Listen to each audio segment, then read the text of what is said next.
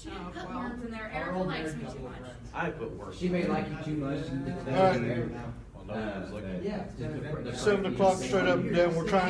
You're live. We're trying to go live at 7 and be on time nowadays. It's a new semester, new beginnings. So we are live at 7 and we will start by praying. What a concept. Would anyone like to lead that said prayer? Sure. I would if you want to. No. Go ahead. Just giving you a hard time. Lord, thank you for this time in fellowship and being together. And I really enjoy being here with everybody here and getting to know these people from Marshall and just different backgrounds, different places, and that we can come together in one accord to know the truth, to hear the truth, speak about your word, and be with Mark as he teaches on the Trinity. And it's a subject that a lot of people can be confused about. It can be very probably complicated. Help us to be mindful. Help us, Lord, to have open hearts, open minds, and to listen to what Mark has to say and use him, God. And, thank you for this be here, Rachel Christie, and use John and Mark in this ministry to tell others about you, Lord. In Jesus' name we pray. Amen. So I got 2 miscellaneous items and 2 questions. 2 miscellaneous items. One being, I received an email from Schlotzky's. They will give 15% of sales if we choose an evening to participate in said event. They'll give 15% of their sales back to us. If that sounds like something that you're interested in to raise said funds that we... What kind of event? Whatever they sell. It's not really an event. If they just, if we pick a night and say, hey, we want this to be Rachel Christie night, anybody goes in and says, we're here, Rachel Christie sent us, they'll give us 15% of their sales across from the stadium. Isn't it right across from the 4th stadium? Avenue and like maybe 9th Street. I thought I saw one right up here earlier. It's right across the street from Publishers Place. I don't know. Anyway, that was the first one. Think about that. Talk about it amongst yourselves. We may decide before we leave. Second one was, this will amaze you because I am amazed. see, That will amaze us, right? this will amaze you. I emailed student government this afternoon because I was here early and had some things to do. I was going to fill out the application for this semester's money. I know, that's funny. But prior to doing that, I was scrolling through something. Oh, I was Googling Marshall to find out where the application was, and I came across an article from the university newspaper, and I didn't pay attention to the date or anything like that. I just read it. It said SGA short on money, 56 organizations applied last semester, blah, blah. And of those 56, 6 did not get anything. The other 50 got something. So I immediately, being the nice, loving person that I am, emailed SGA. I was like, why would we be one of the 6 not to receive cash? I got a phone call from SGA. She was very nice, and I appreciate her call. That's more than they've probably done, and she guaranteed, she sounded pretty confident, that we would get our money from our request last semester to go ahead and fill out this semester's request as well, because she understood we had no final expenses on what we would have spent the money on last semester. So, you the man that knows how to do that. Oh, what? It's probably easier than I do. I can't get on the website for some reason. If I don't figure it out, you'll do it. But if not, it's just as easy for me to do it because they want rosters and such things as that. I mean, you can look around the room and think about who's been here, but still. So, Schlotzky's, and we do have money coming February 16th.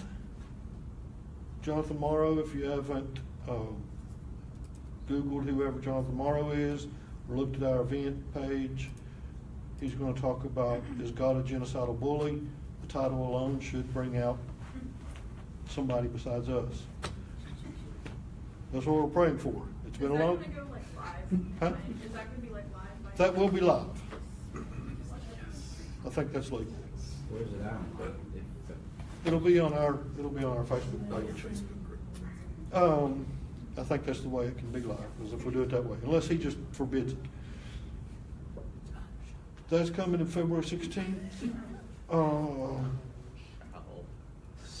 Sometime in May, the week before Dead Week, we're doing the band again. The band's already been coordinated. We're doing the hot dog thing again. We'll have a table. That will be again on a Thursday afternoon from 12 till 2. You talking about New Heights Collective? The week before Dead Week, yes. New Heights Collective. If you want to, speaking of New Heights, I'm giving a plug to our church. If you want to see where I go to church, it will be beginning Sunday broadcast from my personal ministry page. 10:30-ish. Where Casey goes. Where Casey has attended. Same one as what? Is it the same one as last year? Yes. The same band? Yeah. Probably different Yeah. people. Well, Nick and either Baker Nick's or... still there, gosh, I love Nick. Nick will be there, I'm sure. He's so great. He's my twin. He's great. I handled Yeah, with him. believe it or not, they're twins. Not like a innocent. Anyway. Anyways. Those are the events we have coming up. The Sunday class is still taking place. If you want to drive 30 minutes to Scott Depot, 6:30 at the clubhouse where I live. If you come into the parking complex, go straight. You can't miss it. Yes, you can. It's just a large building. It's not shaped like any of the apartments. But Sunday evenings we're doing Discipleship 101, better known as William Lane Craig's On Guard book. Don't we have that memorized then? Well, you do. Well, I You're mean, the son. all of us who were here, at least that opening part that we listened to. Well, but they haven't. No one else in here when we did that? Oh, I was there. Yeah, you were there. Well, see, you are. Okay, never mind. Yes, we do have the opening part. I used more than two things that I was going to talk about. Here, I received the two questions I received. One, the virgin birth, Non-essential. non-essential. Yay, nay, maybe? Just kidding. I've affirmed the virgin birth, and those that are friends with certain people on Facebook affirmed the virgin birth. And we'll give a shout out to our buddy in Ohio State that he affirmed, Eric Chabot. He affirms the virgin birth. Is the virgin? How do we know the virgin birth took place? Why do we believe that? Is it essential? To salvation? Essential to what? Orthodox Christianity. It definitely stands out as a miracle. True. I think it's essential to the gospel, but I don't think there's necessarily any concrete evidence that it happened. Okay. I just work here. Where are you opening? We believe in the gospel. You have to contribute. We believe in Jesus. We believe in the gospel. We believe what Jesus says. Therefore, There are implications for the atonement that stem from virgin birth. And the incarnation. And here's why we try to, the incarnation. Yeah. Here's why we try to tell you to have a conversation. If somebody comes up and says, I don't believe in Christianity because I don't think a virgin birth could ever happen, that's stupid. What do you mean by that? How did you arrive at that conclusion? You know those two questions make it personable, but in the same sense, does it matter?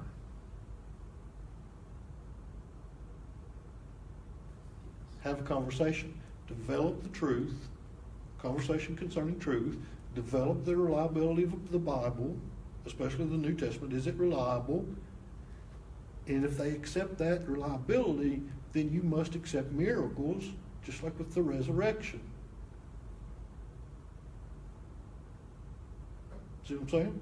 yes. If they accept the reliability of the Bible, then they accept what it says, obviously. So they accept what's written in it, talking donkeys, talking snakes. You know, those are minor compared to, in the beginning God created. Frank Turek says, in the beginning God created is the greatest miracle. I personally believe the resurrection is the greatest. But if you believe in those two things, God created and a man raised from the dead, a man being born of a virgin, that should be minimal. But the main thing is the incarnation, and yes, it is essential to Christianity, because if he was not born sinless, then he couldn't have died for our sins. The resurrection we've talked about, and I tried to review it each time, was the other question: how do we know the resurrection actually happened? We don't 100% know, but the evidence points in our direction because we have truth. There's 13 actual reasons that different popular apologists use. I typically use Gary Habermas, Dr. Habermas's 5 minimal facts. Crucifixion, over 500 believe that they saw him. Paul converted, James converted, and the tomb was empty. Okay. You will get objections to those. I think that's obviously I like to take the most direct and easiest route, but you will have to unpack those, as we call it. Well, he died by crucifixion. Well, maybe he had a brother. Maybe he didn't die. Blah, blah, blah. There's answers to all of those. Well, over 500 people saw him. That only says that one place in the Bible, and that's in 1 Corinthians. And that was probably a group sighting. Hallucinations and group sightings are two different things. What's the case for Christ? There, I plugged Lee Strobel's too. I'm all about plugging people tonight. Paul converted. And it doesn't matter. Take one of those out, you still have 4 to contend for. Because a lot of people will object. People that used to attend our meetings will say, well, you're sidestepping the objection because you say, we already told you we don't believe it because group sightings happen all the time. I'm like, fine. Answer the other 4. I'm not sidestepping. It's a strong argument. So, please, anytime you have a question, feel free to text me at any point. This person just happened to text me on a Thursday, and I was like, do you mind if I wait till tonight? And they were like, nope, don't care at all. But if you're in a conversation and you need a question, say, hey, I need an answer now. Mark or I one will, or Isaac may answer you, you never know. I will answer you. He will answer you. So, with that being said, tonight we have the privilege of, and for the next 4 weeks, you get Dr. to be Mark, because after the vote was taken, even though everybody wasn't here to vote, we went with what we had. The case for Christianity, Cold case Christianity. And now we have a call out to J. Warner Wallace. Cold case Christianity was the top vote getter for a study. I can't think of the term I was trying to think of. So this week Mark's going to do on the Trinity, and Mark is the one that has the presentation on cold case Christianity. So you get Mark for the next 5 weeks. Really? No, believe it or no, I'm tired, honestly. And I need a break, and I've got some things I need to do too. So it worked out fantastic. For me anyway, and that's all that matters. That's why I don't believe this thing about, that humans care about each other because we're all equal. Because without God, I don't think we are equal, and I really wouldn't care if I wasn't saved. So, I don't know. I can go on for hours. Are you making faces? How'd that go for Maybe you? just a little. Amazing. Never behind your back. Created equal. We're not equal. Well, Where is Sean? Sean is supposed to be here. Yeah, he said a basketball game. I called him out publicly. Sean specifically asked for this teaching. Here, I'll try to. The Herd's playing MTSU. Yeah. They're giving free t-shirt, free t-shirt. That's why he's Middle there. Tennessee. So. Middle Tennessee State University. That doesn't start until 8. And now I need 4 free tickets. We gotta get it. 4 Just to hear the band and student tickets or whatever. enjoy the charming ambiance. And I'll let you, just anytime you can come up with 4 tickets, I need 4 tickets. For what? Basketball. Okay, I'm never ever going to use mine. So. There's 1. I'm never going to. There's 2. See, and that's the reason I knew I could ask you all to count on you. Why is this on the internet? Is this even okay? Yeah. Somebody out there. I'm soliciting illegal tickets, right? illegal use of student tickets. Can you pass as a student, John? That's pretty It could be Christ-like. a non-traditional. My wife could. Yeah, with his Liberty University jacket. Yeah. I need tickets to the Marshall game with my Liberty shirt. Well, Liberty tickets are only $10. Marshall tickets. That's not bad at all. Marshall tickets are a whole lot more than 10. I know. They're double that. Well, Liberty's not bad. Don't get me started. Ladies and gentlemen, Dr. to be Mark Phillips with the Trinity. Free bird. Free bird, man. Did you say All right. free bird? Get your lighter out. Yeah, I know. Now you get your phone. Oh, Hey, Shelby? Shelby, Oh, what I about thought they you? came from like Chris's direction. Yeah, Chris knows free. Yes, this, Very scared. these materials I've been developing for quite a while because it is a difficult doctrine. And I have made many mistakes along the way, so I've been refining it for years. And so now that I've made those mistakes, I will tell you the mistakes I made so you won't make those mistakes. How's that? And so, and this is, honestly, this is really a basic understanding. This is just a basic, because you can spend hours on the topic. We don't got hours. And besides, if I can give you at least the basics, you'll be pointed in the right direction. And this may be all that you ever really need to know or want to know for that matter, let's be honest. So I at least want to get you in the right direction and headed out so you don't make the mistakes like using the example of the egg to represent the Trinity or representing water and its phases of ice and steam, or maybe the four-leaf clover or any of that stuff. And I'll show you why it's wrong.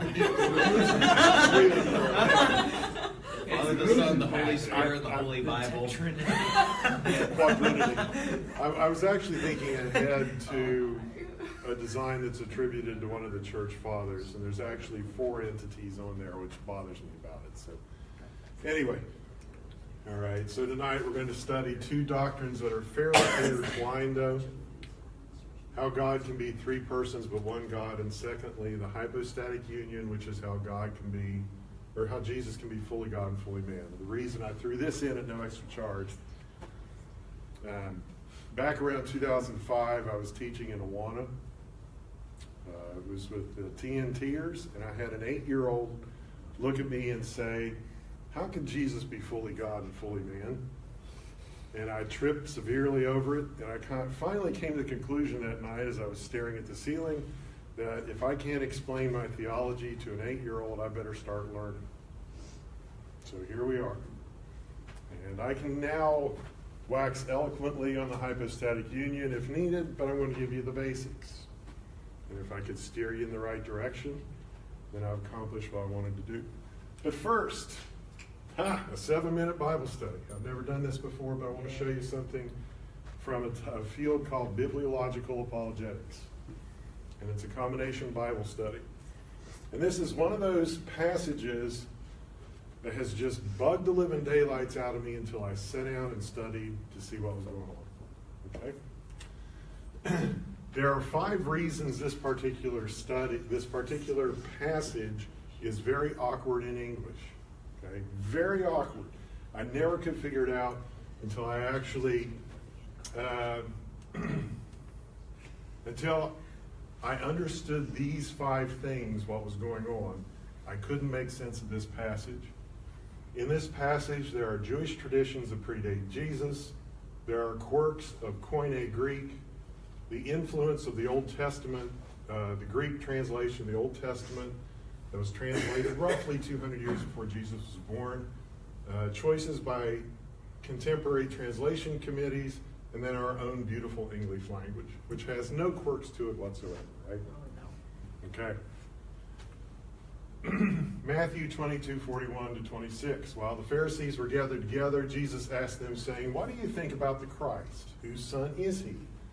They said to him, "The son of David." Okay, so they know the scriptures at that point. So Jesus said to them, "How then does David, in the Spirit, call him Lord, saying," and so Jesus quotes the first verse of Psalm 110. "The Lord said to my Lord, sit at my right hand till I make your enemies your footstool." And then Jesus reflects on the verse and says, "If David calls him Lord, how is he his son?" And no one was able to answer him. No one was able to answer Jesus a word, nor from that day on did anyone dare question him anymore. This troubled me for a long time because it's awful stinking awkward in English. It's just awkward, right? And then you read this down here, and it's like, well, I'm not sure this helps. My English Bible helps with this translation. But to those who are typesetters may pick up on where the issue lies. I'm looking directly at someone in here. Well, let's look at this right here. If you will notice, the first time the word Lord appears is that all caps or upper and lower case. Work with me, people. This is the interactive portion of the evening. So That's intended to mean the Lord said to the Lord, right? in this portion, all caps or upper and lower case. Pick number 2. You even try to even using on Word, it still does it for you. It critiques the grammar for you and puts the capitalization word. Yeah, okay. Did you have an inkling? Anyone? Word knows that. Bueller? Okay, if you want to hold that thought, let me go on to the psalm, okay? So here's Psalm 110, tiny little psalm, massive messianic implications. It's a psalm of David. Massive messianic implications. And this is how it reads, 7 little verses. The Lord said to my Lord, sit at my right hand till I make your enemies your footstool. The Lord shall send the rod of your strength out of Zion, rule in the midst of your enemies. Your people shall be volunteers in the days of your power. In the beauties of holiness from the womb of the morning, you have the dew of your youth. The Lord has sworn and will not relent. You are a priest forever according to the order of Melchizedek. Here we're back in Genesis. The Lord is at your right hand. He shall execute kings in the day of his wrath. He shall judge among the nations. He shall fill the places with dead bodies. He shall execute the heads of many countries. He shall drink of the brook by the wayside, therefore he shall lift up the head. Okay?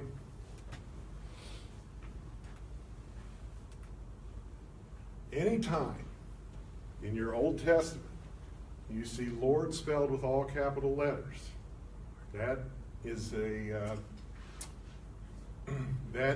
a translator's tradition for where you will find the divine name of Jehovah.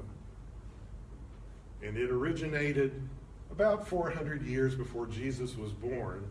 After the time of Ezra and Nehemiah, it's believed that when they picked up the book of the law and read it again, and the people wept, and they divorced their foreign wives and all this sort of stuff, they viewed God's name as so holy, you would never say it out loud. And so when the time came to translate the Greek Old Testament, the divine name, which we would spell as YHWH or YHVH of Yahweh or Yahweh or Jehovah in English, is always represented with all caps or small caps, but all capital letters. And then you've got this little word, which is not all caps. Okay, so this is what is going on. So we're going to do the Ratio Christi Amplified version of the Bible tonight. And if we had to translate this with Jehovah here and the appropriate synonym here, we're not adding or taking away, so nobody out there email John. Okay? Sure, email Mark. Yeah. All right, so here's how it would read, okay? Jehovah said to my master, sit at my right hand till I make your enemies your footstool. David says he has a master who is a separate person and not the same person as Jehovah. Okay? And so Jesus brings this specific verse up to the Pharisees. And so he's stirring the pot here, because how can David call his descendant his master unless this descendant is seated in the heavenlies? Now, if you're seated in the heavenlies at the right hand of the Father, that must make you what? Enemies. Divine. Okay? No one occupies the heavens. Okay? There's some implications in this. But the psalm, if you start paying attention to the typesetting, you'll see what's going on. All right? So let's start again. Verse 1, the Lord said to my Lord, sit at my right hand, or Jehovah said to my master, sit at my right hand till I make your enemies your footstool. Okay, in verse 2, uppercase, all caps, or upper lowercase? It's all caps. So who is it talking about in this verse? The Lord. It's Jehovah. Jehovah shall send the rod of your strength out of Zion, rule in the midst of your enemies. So who will be doing the ruling? The master. Okay? Real quick. Yes. When you establish the Lord, Jehovah God, versus master, is he talking about the same person? Or who's the master then? That's precisely the question why Jesus asked the Pharisees of this. They had no answer for him, because these are two separate persons. And that's why this psalm, when you read it in English, it's like, what? Is the master in a sense like things that hold us captive, like what's our?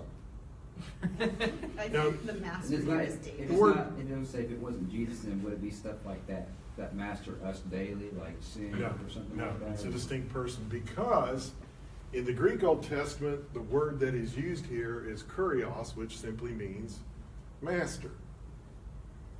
And when Thomas kneels down in front of Jesus, he says, my Lord and my God. He says, my kurios and my theos. So Thomas uses the Greek word for Jehovah to apply to Jesus after he's inspected the evidence of the wounds. See, we're connecting the dots between old and new and between cultures here. Okay, so again, Jehovah's still speaking to the master. Your people shall be volunteers in the day of your power. In the beauties of holiness from the womb of the morning, you have the dew of your youth. The Lord has sworn and will not relent. All caps or upper and lower case? All caps. So who are we talking about? Jehovah. Jehovah has sworn and will not relent. You, the master, are a priest forever according to the order of Melchizedek. Now wait a minute. If David is answering to the Messiah, the Messiah can't come from the line of the priests of the tribe of Levi. So Melchizedek is not from the tribe of Levi. But here it's clearly saying, Jehovah says, this priest, who also happens to be king and a great warrior, is not descended from the Levites. Okay? All right. Verse 5, the Lord is at your right hand. Capital letters or upper and lower case? Oh, so we've switched talking about people. We're not talking about Jehovah. So who are we talking about? Jesus. And whose right hand is he sitting at? There you go. So see, we've flipped people, but we're using the same words. So it all depends on the typesetting, if you're paying attention, who's being talked about. And then finally, this sounds a lot like the tribulation, or the second coming, or not, when he comes as the warrior king to defeat the enemies. And finally, he, the master, this is very poetic language for someone who has completely finished a battle. Okay? He kneels down to take this final cool drink of water and then stands up in victory. I know that's quite the image. But do you see how do you see how closely we have to pay attention to the detail? And usually we blow through this stuff in Sunday school in Awana, right? In Awana, it's all about memorizing the stuff so you can win stuff, right? I'm not trying to be critical, but okay. So when Jesus asked this, here's the $1 million question. This raises our question. So he comes to the Pharisees and they say, okay, the Messiah is coming from David, which means he's coming from the line of Judah. Okay, so the future Messiah coming from David, house of David. Lord says, so Jehovah says to my master, if David calls him master, how is he David's son? And what's their reaction? Wasn't answering. They couldn't. He's messing with their heads. Imagine that. Get out of here. I know that. So, there's our 7 minutes, which turned into more than that. But this is the stuff that fascinates me about Bible study, is connecting the Old Testament to the New, because they're really not a big 2/3 we ignore and the little 1/3 that everybody pays attention to. So here's my questions that this raises up, and this is why I brought this up to study the Trinity. Do you think he's subtly asserting his divinity? What do you mean by asserting? What's that mean? Asserting? Is he claiming to be divine? Hasn't he always humbled himself and exalted God the Father? Well, this is an apologetics question. Yes. But you will find it often said, Jesus never said he was divine. Is that really the case, or is that a question posed by somebody who hasn't really studied the text? So you might have to chew on that a bit. But to me, I think it's pretty blatant if you know the scriptures. Because remember, on the road to Emmaus, or maybe you don't remember, at the end of Luke, you got the 2 downtrodden disciples who are unnamed. They're walking along to Emmaus. And Jesus, they don't recognize him. He comes up and says, why the long faces, guys? I'm paraphrasing, of course. And they say, well, haven't you heard? And he was supposed to be the one who redeemed Israel. And Jesus lights into him. I mean, he just says, you don't know the scriptures. And these were 2 people who walked with Jesus. So that raises the questions, how well do we know what was spoken of him in the Old Testament? So never. Oh, just read that passage. So anyway, you might chew on that. I think he is. I think he's very subtly saying, you've got to come to grips with who David is talking about. He doesn't always give it bluntly. He makes you question. It's okay. We'll talk about Emmaus some other day.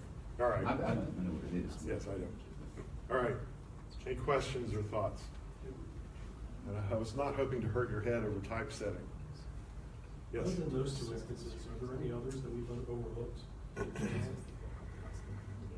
Yes.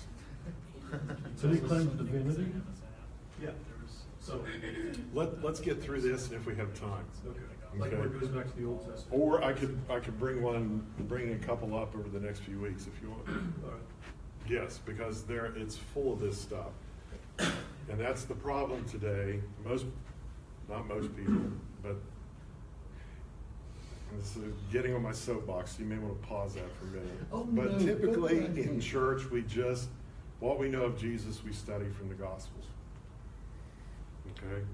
And without the foundation, like Jesus says, of the prophets, okay, this is how you know me. If you want to know me, you have to search what was written about me. So, anyway.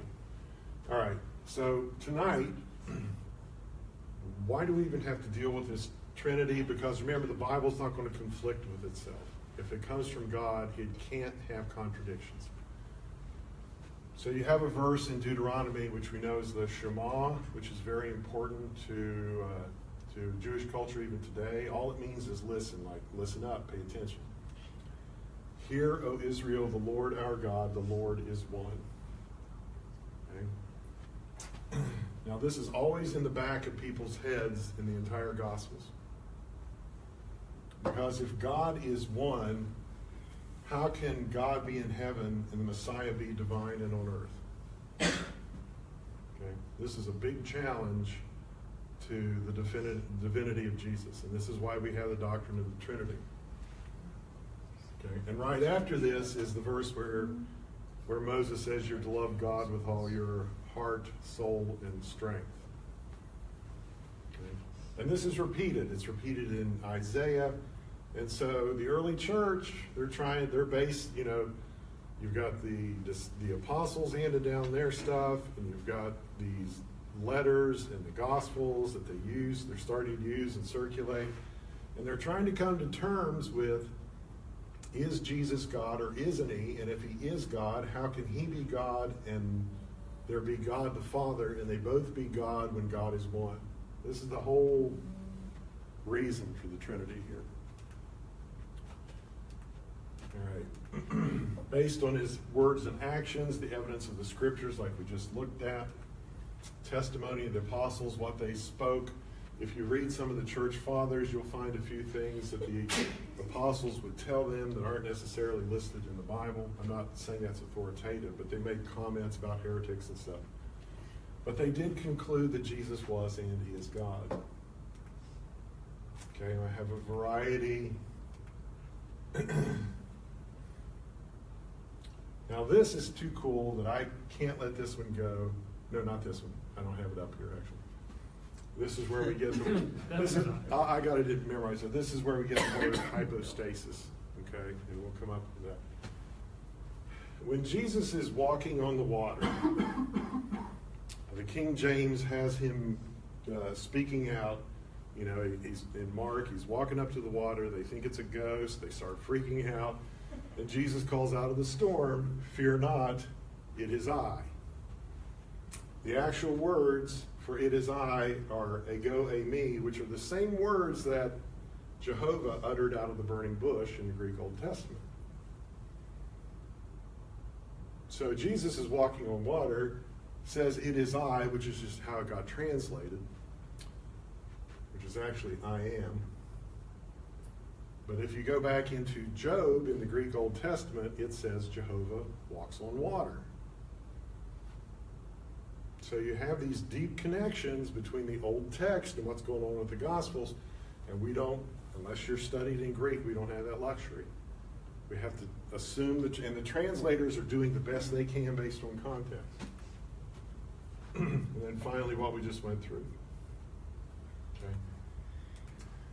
If God is one, how can Jesus be God also? And what about the Holy Spirit?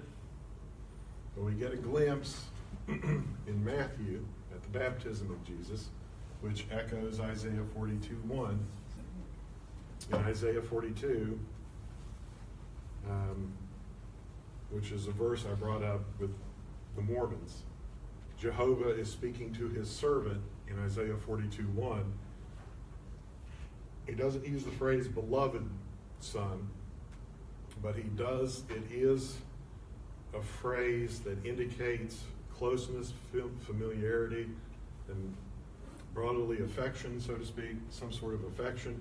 And it says, "And I delight in my spirit, alighting on him." It says something to that effect. So, and then of course the infamous part of the Great Commission. Okay, so how can three be one? We know 3 persons can't equal 1 person. You know that in first grade math. 1 + 1 + 1 does not equal 1. Don't ever use a math equation to try to simulate the Trinity. Don't use 1 × 1 × 1 = 1. Just let's not, okay? Don't do that. Resist that temptation, okay? It's whatever's true in basic math is going to be true regarding the Trinity as well, because that's the reality from which we apprehend with our senses. Right? So how they get past this issue? Right? This is where they get past the conundrum. Okay? So they use this word ousia, which is found twice in the New Testament, but not where you might think. It's found in the parable of the prodigal. He wasted his possessions or his property, his ousia. All it means is, ousia just means properties. And in this case, when we're talking about the Trinity or other groups of the same thing, as I'll show you, the essence of something are just the properties that make a thing what it is. And that sounds a little strange, but I'll explain it here in a minute. Okay, sometimes the word ousia can be translated as nature or substance. I prefer essence. Okay, the properties that make a thing what it is. And I'll give you some examples. Any of you retentive enough to sort your M&Ms by color? I do. It applies to Skittles as well. Now you may be tempted to say, now wait, you're showing us physical objects, and you're telling us not to use physical objects. I'm not defining the Trinity, I'm defining what an essence is. And the idea of essence applies not only to physical things, but immaterial things and immaterial beings as well. Okay? So if I show you these three material things, how are they the same? They're chocolate. That's what I'm looking for. But you're right. What are M&Ms? Their essence is chocolate candy. That is the one thing they all share. They all share the essence of being a chocolate candy. We have three instantations of this type of chocolate candy. Okay? So this is where the idea of an essence, it's what they have in common. Is this like an analogy to the Trinity? No. No, I just happen to have three up there. Because we're talking essence. Right, in essence, it's chocolate. That's the theory of the Trinity being God. At least it's not a fidget spinner. All I'm doing at this point is defining an essence. Now, you could put 10 M&Ms up there. What do they have in common? Yes, I could put, It because has nothing to do with the Trinity. He's trying It's the only one I to know. help us understand what an essence what is. an essence is. Because the nature of an essence, there could be 5 members of the Trinity, and they could all be God, based on what an essence is. Okay? All right. Now, I don't know who put this picture together of these dogs, but I don't know who made a Yorkie half as big as a Rottweiler, okay, or a pug. So how are dogs alike, right? Now, if I say that I have a dog, They eat, sleep, and poop. that is correct. If I say that I have a dog, Rottweilers. your mind goes to this type of creature, even though you may have never seen my dog, your mind goes to this type of creature as opposed to this type of creature because you know what the essence of a dog is. And if I were to tell you that there's an animal at home that has fur and claws, and sits around and licks itself all day, until I tell you some aspect of its essence, you don't have enough information to distinguish whether it's a cat or a dog. But as soon as I say this animal weighs about 38 pounds and barks, now there may be a rare instance of a 38-pound cat that barks, granted. But our senses in reality, based on reality, just about every animal that you've met that has that essence, you know basically what it is. Okay? And that applies to people as well. What makes a person a person? Okay? All right. So how are father, son, I'm getting to it. I know, because this has other applications besides the Trinity. There's actually bonus round at this, okay? Yay. All right, so we can get a hint in Hebrew with this idea of essence. Present in the Old Testament, okay, this is the Hebrew word echad. Hebrew has gutturals, like German, or what do they speak in the Netherlands? Dutch? All right, that's where you go. All right? Hacking. Hacking, yes. You have a guttural in the back of the throat. So on the count of 3, I want you to say echad with me without spitting on someone else. Yeah. 1, 2, 3. Echad. Thank you very much. All right. Introduction, go. And all this means is out of many of something you have one. 2 or more grapes make up one bunch. This is the principle of echad. Because the essence of a bunch of grapes is different than the essence of just one grape. Okay? Your time's up. All right, my time's up. According to somebody. Oh, we're making good time here. A marriage, a husband and one wife constitute a marriage union. I realize that this is up for debate in our society, but we're moving along. Right? Old Testament principle here. So you can have property owned, you can have physical things you own, right? Or the essence which makes something what it is. All of us have the essence of, all right? And sometimes it's also referred to as nature or substance. All dogs have dogness. This is my worst joke ever. Worst joke ever. See, this lets me know you're tracking with me. Okay? I inserted that. This is the worst joke I've ever done. I showed this. Well, that's a. Listen, I was gonna make it, so I'm really glad you put it. Well, I showed this to the freshmen at my church Sunday night, and they were just like, "Who's that?" And I'm like, "Yes, I know." All right. So humanness, or what we would call the essence of humanity, at Nuremberg, the Nazis were convicted of crimes against humanity.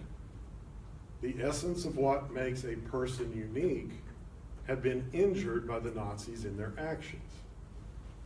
Okay, so this idea of essentialism, which is really what it's called, has more applications than just the Trinity, like I said. So the Trinity is three persons in one essence. If you memorize these 5 words, you're good to go for the rest of your life. That's all you need. 3 persons in one essence, because this is how the early church defined it. Okay? If you just memorize those 5 words, if you get nothing else out of tonight other than a terrible joke about Katniss, 3 persons in one essence. Now in the Nicene Creed, which is one of the first creeds that came out after Constantine made Christianity an official religion. So here's what they said about Jesus. This is what they concluded. One Lord or Master, Jesus Christ, Son of God, begotten of the Father, light of light, very God of very God, begotten, not made, a being of one essence. Homoousios. One essence. So homoousios, right? Yes. Okay. So later at the Council of Constantinople was when they affirmed the Holy Spirit, the third member of the Godhead. They affirmed the Holy Spirit had the same essence of the Father. Can you just clarify that wasn't just a bunch of men that got together and made this decision? Other than me just making that clarification. Right. Well, the early Christians were Nazis. Yes. When Constantine signed the Edict of Milan, it declared Christianity no longer illegal. The churches could freely assemble, and because they could assemble from around the Mediterranean basin, they wanted to just draw some distinct conclusions against heresies that were running rampant, one of them being Arianism, which said that Jesus was created. And as a result, we have homoousios. Were those inspired men as well as the writers of the... No, they were not inspired. However, to be an Orthodox Christian, little o, not as in big O's, Eastern Orthodox, Russian Orthodox, we agree with this. It's one of those, yes, sir. I learned this in history that they were telling us that Constantine, whoever affirmed Christianity as the religion. Yeah, that was Constantine. They said that it wasn't really Constantine, it was someone else that really affirmed Christianity as. Well, if they read Dan Brown, I'm just joking. I know people do say that, but the early church, we go by. Dan Brown, historical scholar. Yeah, that would be another lesson for another time to study that whole church sweeping history. I'm trying to do my best to keep this basic without everybody checking out. Okay. And people say a lot of things. All right. You'll see this one fairly often. I didn't do this one in particular, but I've seen people make this one on discussion boards. No. All this is modalism, which is the same error that oneness Pentecostals affirm, like T.D. Jakes. Isn't that what I agree with modalism? No. Modalism, it's too bad Sean's not here. Modalism says that God the Father left heaven to become God the Son, who became the Holy Spirit, and that's what they believe. Isn't that what apostolics do too as well? Living similar, like that. How do you tell someone like the verse in Deuteronomy or the passage in Matthew about the Holy Spirit come down to Doug and then God speaking, Jesus being baptized and all that? How do you talk to them about the Trinity when they believe that God went into a closet, comes out, Jesus? They're typically not going to use those verses. They're going to use something else, and that's an entirely different part. That's more of an apologetic. This is the one that I use and regret. I just heard other people using it, and I assumed they knew what they were talking about. Don't use the egg. If you have used the egg, there's no shame in having used the egg. Straight to hell. Just as you grow older, just say, no, I'm going to be more precise in my verbiage. Okay? The 3-leaf clover, not the 4-leaf clover, which I do. Some people, I've heard this before, it's like a man who's, some people call him grandfather, some people call him father, and some people would call him son or grandson. That's just modalism in another form. Bachelor, dad, and husband. It's Buddhism, Patrick. Yes, exactly. And so a much later creed, they're not sure when this was written. Athanasius was long dead when this got his name. But here's how it ends. The Trinity and unity, neither blending their persons nor dividing their essence. So just remember the little 5 words, 3 persons in one essence. You're home free. And if nobody will sit still for it, you're not responsible for that. Okay? But this is what we say. And I've got a couple memes attached here as we work through. I don't care much for this one. This is traditionally ascribed to, who is it, Augustine, somebody? I forget. Somebody early. Didn't we know this was hair last week? Yeah, I don't care for this from a graphic design standpoint because there's 4 entities up here. There's 4 equal entities. That's where I misspoke earlier. But this is classic, and people have always used that, and I brought it up in one of my last classes, residential classes. Unfortunately, I wasn't treated as a heretic because people like this. But it bothers me because technically you don't need this because you have one triangle, of which they're all 3. So anyway, moving on to the hypostatic union, because this is even more. Have any of you ever had that brought up in Sunday school or church? Have you ever heard someone describe the Trinity? Have you ever been taught it? I've heard water many times. Okay, but I mean really taught like what we just went through. And this is just basic. Now, I'm getting on the soapbox again. Why are we not teaching 5th and 6th graders this stuff? I mean, honestly, I'm just saying. All right, to understand Jesus being fully God, fully man. The word hypostatic comes from this word right here. All right, let me give you a bad analogy, but you'll get it, all right? And I can use this analogy because we're talking about hypostatic union. My dog that I've already mentioned, all right? I love this dog. Can she understand a single word that comes out of my mouth? Truthfully, does she understand my language? Or is my intellect way above her? Will she ever fully grasp my intellect? Now, I love her, she loves me, she's completely dependent upon me, but my dog will never grasp my mind because it is too far above her. But she can grasp it enough that we can have a wonderful relationship. And I accept the fact that she makes accidents on the floor and sheds because I know what her essence is, right? Now, likewise, when we relate to God, will we ever know his mind truly? No. Does he know this? Yes. Yes, he knows this. So just as my dog cannot grasp me, we cannot grasp God, so how could God communicate in a way to us that we could grasp him? I get down on all 4s with my dog, and I start doing this, and game's on, right? Why? Because I'm speaking her language. You get down to Yes. humans and down, or And so the incarnation. All right? Now, 2 Corinthians 4:9 says, we beheld the glory of the Father in the face of Christ Jesus. talking about the witnesses, talking about the apostles. That is Paul referring to the incarnation.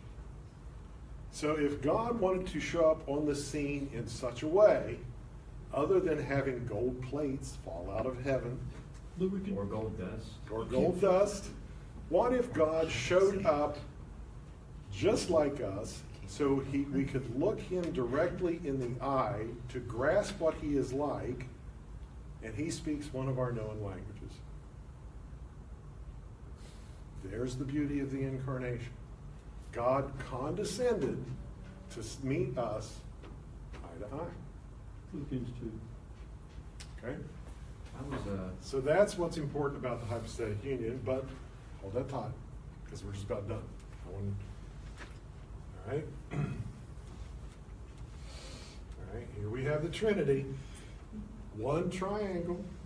Even this, I'm using a visual device to show immaterial beings we can't see. So already there's an error up here. It's inescapable. It's just inescapable. That being said, all right, the Son, the Word became flesh and blood. flesh, dwelt among us. All right. Based on what you've been taught in church growing up, is God eternal and unchanging? No. Yes. Yes. God is eternal. No. It's okay. I know where you were going with that, but hold there with me. It's all right. No, it's all right.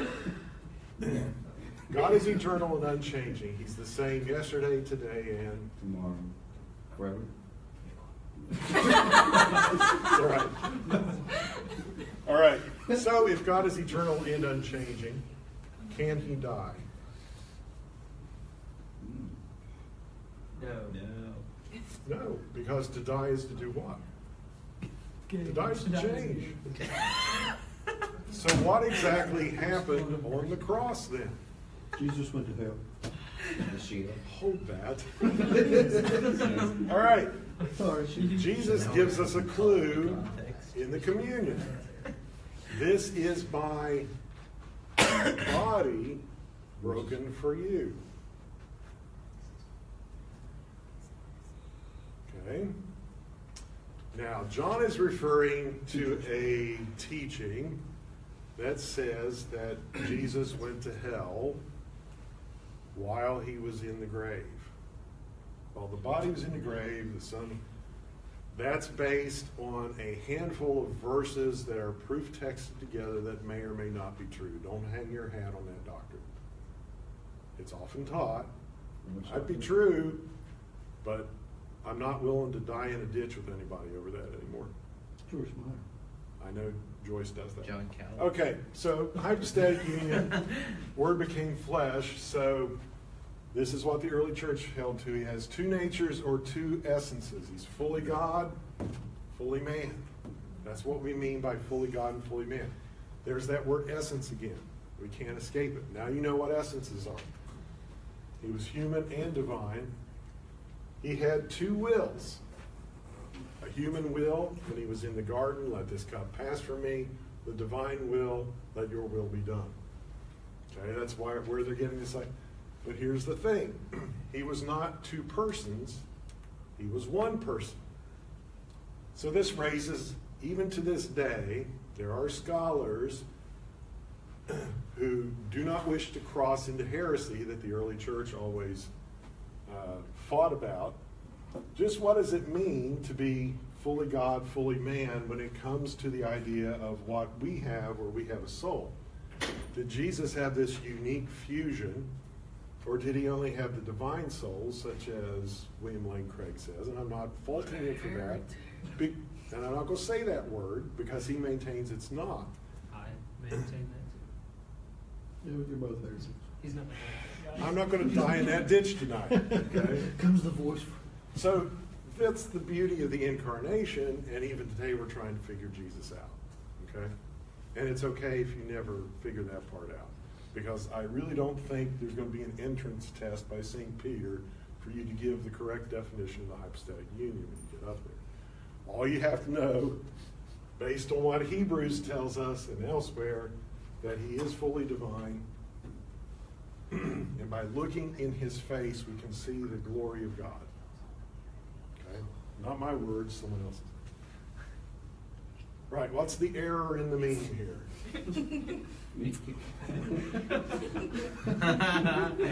What are they confusing? What? What are they confusing? What's the error they're making? Personal essence. Thank you very much. They are confusing persons. They're assuming that they're one person. You see this all the time. 99% of most bad atheist memes are going to make this error because they do not understand the idea of essence. Here's another one. God sacrificed himself to appease himself and therefore save humanity from himself. Of course, it doesn't make any sense. You haven't bothered to pick up a book or be taught what an essence is. Say it ain't so. Now, here's where this doctrine or this thought pays off. It's too bad Sean's not here because this is classical Greek philosophy is what it is. Is that, well, is that true? Or is that, No, this is just- God sacrificed his son, or moreover his son's body, the sinless flesh, which took the place of the perfect sacrifice for our sinful flesh. All right. To appease our sin debt, and therefore save humanity from ourselves, which is more appropriate, so you can fix that. But this is the stuff that you'll see constantly. So here's where essentialism helps. Is the unborn child in the womb the same essence of what it will be when it grows up? Yes. Okay? So essentialism is a wonderful way to argue for the rights of the unborn. The person with no brain function who is in a coma, do they still possess their essence of humanity, although the function of their brain is impaired? Well, there's your argument against euthanasia. Okay? And finally, a person who is very old and of no benefit to society, do they still have their essence of humanity as when they were younger and productive? Yes, they still do. So there's three major topics of moral debate, which if you just grasp a little bit of essentialism, you've got something to pound away on. Because in the argument against abortion, if you bring up essentialism, they will bring up function. Well, it doesn't have heartbeat, or it can't feel pain, or it's not cognizant of its surrounding. They want to talk about what it can do, not what it is. And so you get more than what you expect when you study the Trinity. Because now you're given a basis through the reality of our senses that makes sense for the world around us. An acorn doesn't grow into a squid. An acorn has the potential to grow into an oak tree because that's its essence. Okay? And so that's the whole idea behind essence. It's what makes it the thing what it is. And so the Trinity, I said all that to say that. That's how you get three persons as one God. I hope that makes it a little clearer. And this is as basic as I can go, but I've been going for how long now? It's all right. Touch on 50 minutes. what I went What did you 180 degrees, what I brought up prior to you coming up about equal rights. It all ties into abortion, ties into this same argument as far as what essence do human beings have in common?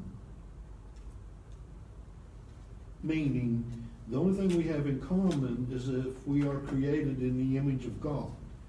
If God does not exist, we have nothing in common. Due to randomness. Exactly. But if we have that, Or just function. We have no purpose. There's no telos, no purpose. We're whereas just if God function. exists, we have the essence of humanity. Right, in because His we image. bear those unseen attributes, those portions or similarities to his essence, such as creativity, relationships, love. the ability to communicate, the desire to create. So yeah, when people want to start arguing this kind of stuff, and you start they want to argue equal rights, they want to argue abortion and such things as this, they're giving you God, because without God, there is no essence. Sounds like if you bring up the essence of abortion, sounds like you gotta bring up the essence. Well, abortion, they start getting And technical. essence of evil has to be good, so God's ultimate standard of good. Abortion, they start, There's- like you said, they start breaking it down to what defines a human being, its functional Yes. status. So, this raises a question with personhood as well, because Peter Singer will argue that chimpanzees and pigs should be granted personhood based on the quality of their functions. And in that type of argument is also the presuppositions that humans are not unique and they are not at the top of the pecking order of the animal world. Thus, Okay, because morality. when Jake was here, he had a bioethics class. It was a year ago, November. You guys, I don't know, you newer folks may not remember Jake. Big, tall chicken farmer. Chicken boy. Yes, Oh, if he's yeah. watching. And I went into the He actually said bioethics he'll come class, give visit. and I presented natural law and essentialism as a contrast to what's said in the textbook of Peter Singer. And so you have people who argue that we aren't unique, there's nothing special about humanity, yet now it's encoded in international law that there is something unique about humanity that was injured by the Nazis in their behavior. And in October of 16, at the National Conference on Christian Apologetics, Jay Sekulow said that based on essentialism, he didn't use those words, but that's what he's talking about, abortion cases are being won in the lower courts because people are using specific language to show that what's in the womb, the only difference is location, and location is not part of essence. What's in there is the same thing as us, just with potentials that haven't been developed yet. That's the kind of language we use. So, I've three heard- persons in one what? I- Y'all are home free then. I've I've heard- done my job. I'm sorry, I've heard arguments against abortion also based on that potential. Though I think what you're saying is a lot better because the potential is still, I don't know. You can make an argument against potential and you can make an argument against function, but I don't think you can make an argument against humanness. That is So, correct, yeah. because it's not puppies. I told somebody once, that's not puppies or kitties in there, and they got really mad for some reason. They thought I was just being stupid. It's like, well, it's not dead either. That's why you're trying to make it dead, because it's inconvenient. So, anyway, It's a fun argument. yeah. It's really So, stupid, but it's. Now, there's much more to these topics, but like I said, I wanted to give a basic to steer you guys in the right direction. Should you choose to read up more or study it, if you don't want to, I can understand. But now you know the 5 words. So, yes, sir. Have you ever heard the comparison for abortion to slavery? Yes. To where one person's subjected to another person because it's inconvenient for the person that's in charge. You know what I mean? Mm-hmm. And I think that's, I like that kind of comparison because it's hilarious. It makes them stop right in their tracks. Yeah, oh, by the way, did you guys see where our president is actually going to speak live at the March for Life? First president ever to do so. He's going to do it by TV screen. A March for Life, I'm sorry, I don't know what that is. That's the anti-abortion rally that's held in Washington. It has to be held tomorrow. Where, when? Oh, yeah, my cousin's going. Well, it's always on January 20th, the date of Roe v. Wade, We're in this when it was passed. together, even if there is a fake media. He's going to be the first city. He's going to do it by screen This is kind of television. silly. So But he's he'll gonna be give live. so he's gonna give a reason why we should. He's So we're probably gonna have discussion, and we'll cut this here. So